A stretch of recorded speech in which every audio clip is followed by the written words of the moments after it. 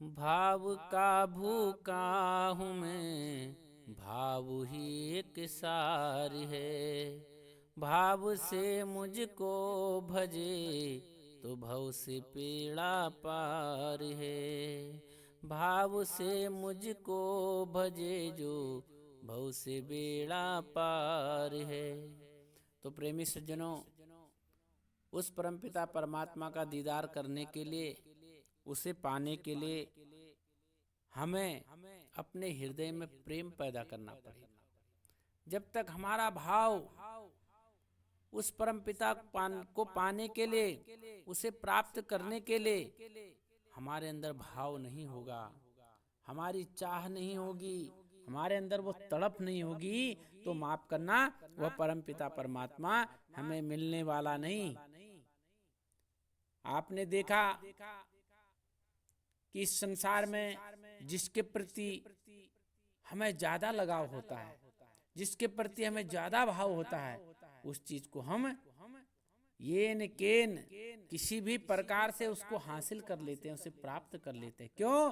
क्योंकि उस चीज के प्रति हमें ज्यादा लगाव होता है, उसको पाने की हमें ज्यादा तड़प होती है। ठीक इसी प्रकार से कहा है कि भाव का भूखा हूं मैं, भाव ही एक सार है। अगर उस परमपिता परमात्मा को आपने प्राप्त करना है तो भाव का भूखा हूं मैं। भगवान कहते हैं कि हे प्राणी, मैं तो केवल तेरे प्रेम का भूखा हूं, और वो प्रेम ही एक सार है। अगर उस सार को प्राप्त करना है तो आपके अंदर वो भाव होना चाहिए, उस मालिक की तड़प होनी चाहिए। और जिसने उस भाव से, उस प्रेम से उस मालिक की वंदना कर ली, उसको पाने के लिए, उसको प्राप्त करने के लिए विरह पैदा कर लिया, तो प्रेमी सज्जनों, कहा कि उसका भव से बेड़ा पार है। वो इस भव सागर से मुक्त हो जाएगा, वो परमात्मा में समा जाएगा। आपने देखा होगा त्रेता युग में शिबरी का नाम सभी ने सुना होगा कि उसके अंदर कितना बड़ा भाव था। एक बार श्री कृष्ण भगवान ने दुर्योधन के मेवा, मिष्ठान, काजू, किशमिश, बादाम, इन सब को छोड़ करके वो कहाँ चले गए?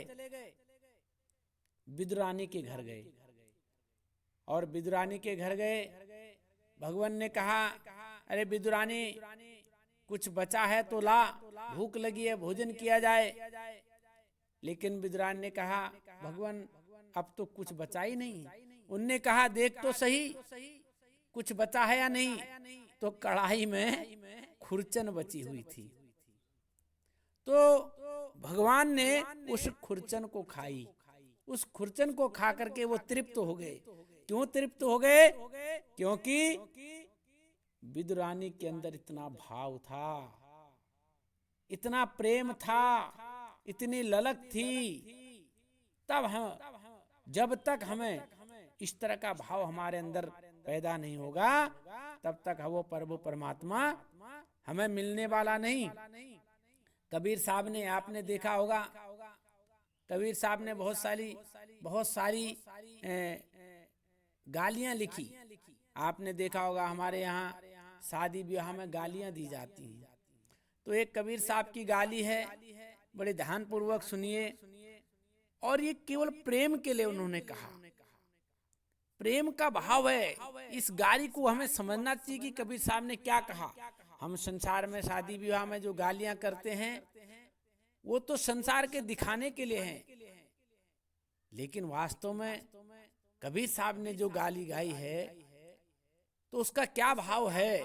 तो कबीर साहब कह रहे हैं, वे तो सब जाति न घर जाए, साहेब मेरे सब जतिया, वे तो सब जाति न घर जाए, साहेब मेरे सब जतिया, छिपा के घर छनी छबावे रे दास संग जोट, अरे छिपा के घर छनी छबावे रे दास संग जोट, झूठे पल शिबरी के खाए, कौन पड़ी न टूट, साहेब मेरे सब जतिया, वे तो सब जाति न घर जाए, साहेब मेरे सब जतिया।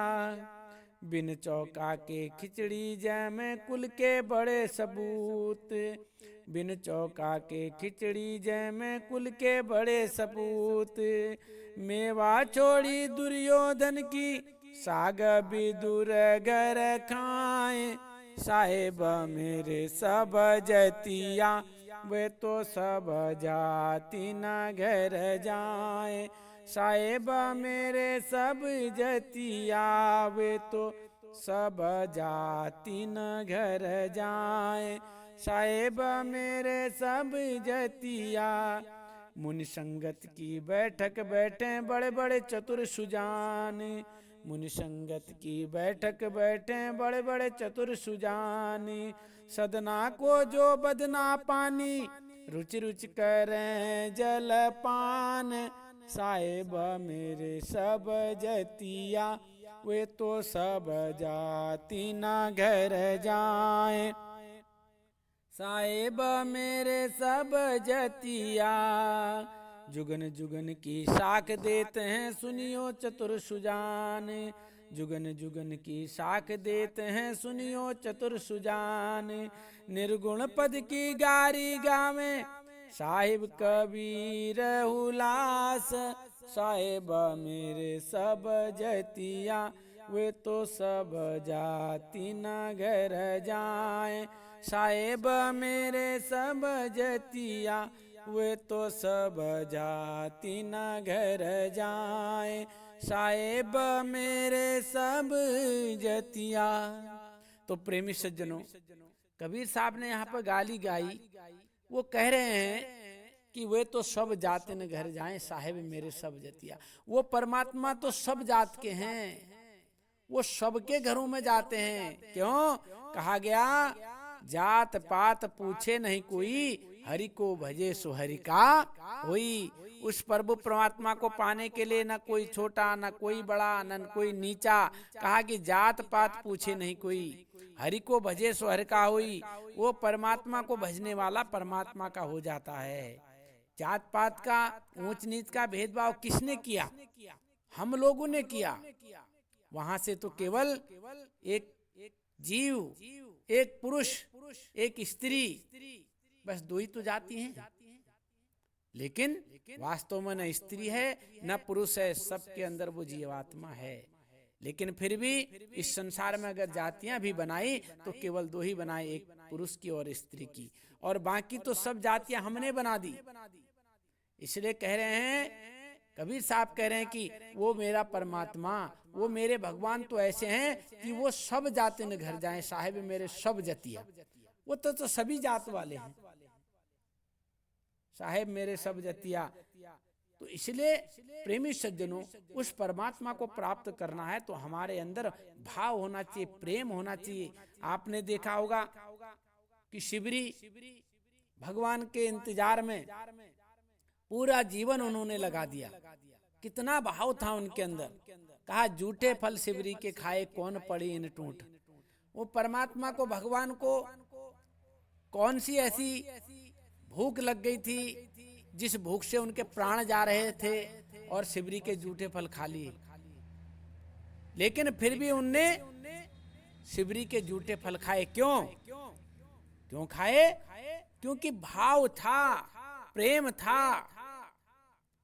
अगर भाव नहीं होगा तो वहां परमात्मा प्रकट होने वाले नहीं हैं। इसलिए प्रेमी सज्जनों, कहा कि मेवा छोड़ी दुर्योधन की, साग विदुर घर खाएं।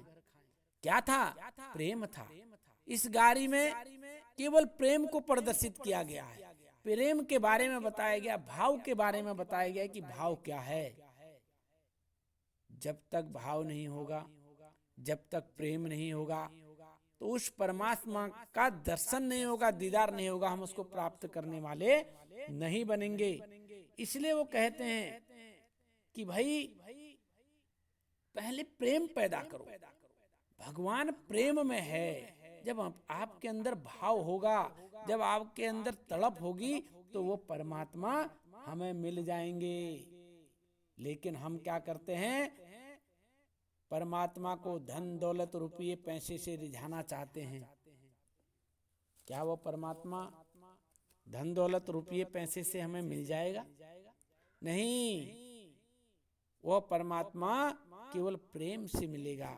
उसके प्रति जब हमारा भाव होगा, आपने देखा जब हमारे मन के अंदर अभाव आ जाता है तो सब विनाश हो जाता है, सबका नाश हो जाता है। राम के अंदर भाव था, शबरी के अंदर भाव था, जितने भी भाव वाले लोग हुए, भाव वाले जीव हुए, उन्होंने परमात्मा की प्राप्ति की। और जिसके अंदर अभाव पैदा हो गया वो विनाश की तरफ बढ़ा, विनाश की तरफ चला गया। क्यों? क्योंकि मन में भाव नहीं, प्रेम नहीं। हिरण्याकश्यप के अंदर अभाव पैदा हुआ, प्रहलाद के अंदर भाव था, तो हिरण्याकश्यप का विनाश हुआ। और भाव प्रहलाद के अंदर था, उसकी जीत हुई। जब जब भी जिस किसी के अंदर अभाव पैदा हुआ वो विनाश की तरफ गया। राम के अंदर भाव था, उन्होंने माँ बाप की आज्ञा मान करके वन को चल दिए। और केकई के अंदर भाव आया तो रामचंद्र जी को वन जाना पड़ा। इसलिए प्रेमी सज्जनों, अगर हम भक्ति करना चाहते हैं तो भाव से करें। जब तक भाव नहीं होगा, कहा भक्तिहीन नर सोहहि कैसे, लवण बिना भव व्यंजन जैसे। कहा क्या हाल है बिना भाव के, बिना भाव के भक्ति नहीं होगी, और बिना भक्ति के नर सुंदर नहीं होगा। इस तन को सजाने के लिए, इस शरीर को सजाने से थोड़ा ना हम सुंदर हो जाएंगे। खूब लंबे लंबे बाल रख लिए, खूब तिलक चंदन लगा लिया, खूब गेरुए कपड़े पहन लिए, खूब उजले कपड़े पहन लिए, तो हम सुंदर नहीं होंगे। भक्तिहीन नर सोहहि कैसे, लवण बिना भव भंजन जैसे। खूब सारे हमने पूरी पकवान बनाए, खूब सब्जियां बनाई, अगर उसमें नमक ना हो तो क्या स्वाद आ जाएगा? नहीं आएगा। ऐसे ही बिना भाव के भक्ति में रस नहीं आएगा, परमात्मा प्रकट नहीं होगा। इसलिए इस बात को हमको समझना पड़ेगा। कितना भाव है, भक्ति जिसके अंदर भक्ति है, जो सच्चा भक्त है, वो क्या कर सकता है, इस बात को समझना पड़ेगा। एक बार भगवान राम जब वन को गए तो शिबरी के आश्रम में पहुंचे। वहां पर एक पंपा सरोवर था, का तालाब था, पंपा सरोवर। वो पंपा सरोवर बड़ा प्रदूषित था। बड़े बड़े ऋषि मुनियों ने सबने कहा कि ये सरोवर भगवान किसी प्रकार से स्वच्छ हो जाए। तो भगवान राम ने कहा सारे ऋषियों को बुलाइए और उनको कहिए ये जल साफ करिए, इस तालाब में जाइए। आप इतने बड़े ऋषि मुनि हैं, आपके स्पर्श से हो सकता है ये पंपा सरोवर निर्मल हो जाए। सारे ऋषि मुनियों को बुलाया गया, बड़े बड़े तपस्वियों को बुलाया गया, लेकिन वो पंपा सरोवर निर्मल नहीं हुआ। तो सारे ऋषि मुनि ने कहा भगवान हमारे जाने से तो ये पंपा सरोवर निर्मल नहीं हुआ, आप ही सरोवर को निर्मल कीजिए। तो भगवान राम स्वयं उस पंपा सरोवर में गए, लेकिन वह तालाब फिर भी निर्मल नहीं हुआ। उसके बाद भगवान राम ने शबरी को कहा कि हे शबरी, तुम स्वयं इस तालाब में जाओ और अपने चरण कमल डालिए, यह तालाब निर्मल हो जाएगा, स्वच्छ हो जाएगा। तो सबरी क्या कहती हैं, अधम ते अधम अधम अति नारी। हे भगवान, मैं तो नीच से नीच जाति की हूँ, अधम हूँ। अधम ते अधम अधम अति नारी, मैं तो बहुत नीच नारी हूँ। फिर मेरे जाने से ये सरोवर निर्मल कैसे हो जाएगा। बड़े बड़े ऋषि मुनि चले गए हैं, भगवान आप स्वयं इस तालाब में चले गए। उन्होंने कहा नहीं नहीं, हे शबरी आप जाइए। क्यों? क्योंकि ये जितने भी ऋषि मुनि हैं इनके अंदर भी अहंकार है, ये भी आपस में लड़ते रहते हैं। एक बार विश्वामित्र जी ने वशिष्ठ जी के 100 पुत्र मार डाले। ऐसी कथा है कि विश्वामित्र जी ने वशिष्ठ जी के 100 पुत्र मार डाले। क्यों मार डाले? क्योंकि वशिष्ठ जी उन्हें राज ऋषि कहते थे और ब्रह्म ऋषि नहीं कहते थे। जो वशिष्ठ जी थे वो विश्वामित्र जी को राज ऋषि कहते थे, ब्रह्म ऋषि नहीं कहते थे। और इसी बात पर उन्होंने उनके 100 पुत्रों को मार डाला। तो वो उनका मन निर्मल कहां से होगा? तो इसलिए पंपा सरोवर जस का तस बना रहा, अपवित्र बना रहा। तो भगवान राम कहते हैं कि भगवान राम के जाने से भी यह तालाब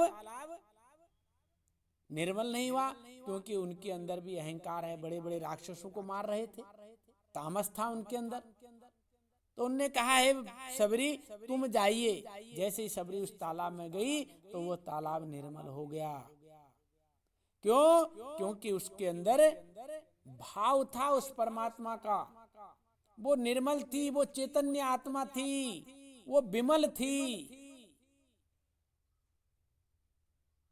इसलिए भगवान राम ने इस भाव को दिखाने के लिए वो रचना रची, बताया संसार को कि देखो, अगर जिसके अंदर भाव होता है, जिसके अंदर प्रेम होता है, उससे परमात्मा दूर नहीं है। वरना भिलनी तो एक नीच जात की थी सबरी, लेकिन कहा कि जात पात पूछे नहीं कोई, हरि को भजे सो हरि का होई। जो उस परमात्मा की बंदगी करता है, जो उसको उसके लिए प्रेम पैदा करता है, जो उसको पाना चाहता है, जिसका मन स्वच्छ होता है, भगवान उसको मिल जाते हैं। तेरा मेरा अपना पराया जिसके अंदर नहीं होता, छोटा बड़ा ईर्ष्या जिसके अंदर नहीं होती, भगवान उससे दूर नहीं है। इसलिए हमको इस बात को समझना पड़ेगा, इस बात को जानना पड़ेगा कि हम भगवान को प्राप्त कैसे करें। जब तक हमारे अंदर भाव नहीं होगा, जब तक हमारे अंदर उसको पाने की ललक नहीं होगी, तब तक प्रेमी सज्जनों माफ करना, भगवान हमें मिलेंगे नहीं। क्यों? क्योंकि भगवान को पाने के लिए हमें भाव पैदा करना पड़ेगा। और वो भाव कहां से आएगा? अपने मन के अंदर से। जब हम अभाव को खत्म कर देंगे, और जब तक हमारे मन के अंदर अभाव रहेगा, तब तक माफ करना प्रेमी सज्जनों, वो परमात्मा मिलने वाला नहीं। आज हम भक्ति कर रहे हैं, नाना प्रकार की भक्ति कर रहे हैं, लेकिन परमात्मा का आज भी हमको ज्ञान नहीं। क्यों ज्ञान नहीं है? क्योंकि असल में हमने केवल नाम लेकर के तोते की तरह रटना शुरू कर दिया। जो नाम हमको दिया गया उस नाम को हम खूब रट रहे हैं। प्रेमी सज्जनों, नाम को रटने से वह परमात्मा मिलने वाला नहीं। वह परमात्मा तो प्रेम का भूखा है। विरह जब तक पैदा नहीं होगा, बैराग जब तक पैदा नहीं होगा, वो परमात्मा इस प्रकार से रीझने वाला नहीं कि आपने लंबे लंबे बाल बना दिए, आपने सोने के आभूषण पहन लिए, आपने पीले वस्त्र धारण कर लिए, आपने सफेद वस्त्र धारण कर लिए, आपने खूब भोजन भंडारा करवा दिया, दुनिया में वाई वाई लूट ली। माफ करना, इस प्रकार से भगवान मिलने वाले नहीं हैं। भगवान तो केवल भाव से ही मिलेंगे। भाव जिसने पैदा किया, विभीषण के अंदर परमात्मा के प्रति, भगवान के प्रति भाव पैदा हुआ, उनको पूरी लंका मिल गई। हनुमान के अंदर भाव पैदा हुआ, आज भी हनुमान क्या कहलाते हैं? सबसे बड़े भक्त कहलाते हैं। पवन सुत हनुमान क्या कहलाते हैं? राम के सबसे बड़े भक्त कहलाते हैं। आज भी दुनिया में हनुमान को सबसे बड़ा भक्त के रूप में माना जाता है। क्यों? क्योंकि उनके अंदर भाव था, अभाव का नाश हो गया। इसीलिए तो हनुमान उनका नाम पड़ा। हनुमान क्यों पड़ा उनका नाम? क्यों? क्योंकि हनुमान का वास्तव में क्या अर्थ है?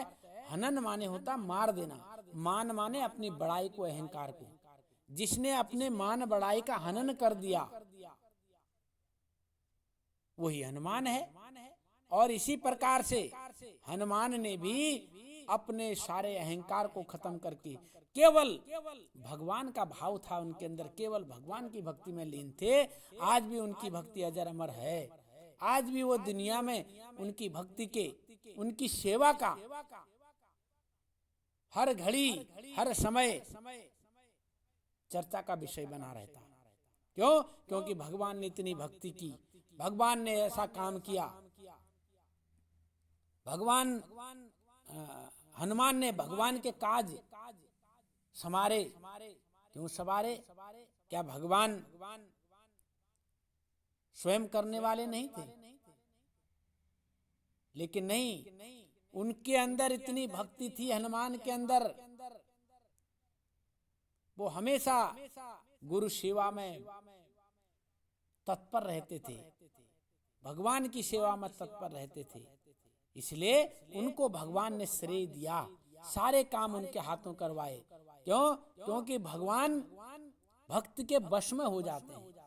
भगत जो कुछ भी जैसा भी कराना चाहे वो भगवान से करा सकता है। कब? जब वो निर्मल हो जाएगा, जब उसके अंदर भाव पैदा हो जाएगा उस परमात्मा के को पाने के लिए। लेकिन आज हम इन बातों को समझते नहीं, आज हम जानना नहीं चाह रहे हैं। आज हम भक्ति तो कर रहे हैं संसार में, लेकिन भक्ति कैसे करनी है हमको पता ही नहीं। इसलिए उस परमात्मा को पाना है तो प्रेमी सज्जनों हमको भक्ति करनी पड़ेगी। और वो भक्ति कैसे करनी पड़ेगी? भाव ला करके, अभाव का नाश करके। जब तक हमारे अंदर अभाव होगा तब तक हम उस परमपिता परमात्मा को नहीं पा पाएंगे। इसलिए हमें क्या करना है? भाव पैदा करना है। वह परमात्मा भाव में ही है। जिसके अंदर भाव नहीं है, माफ करना प्रेमी सज्जनों,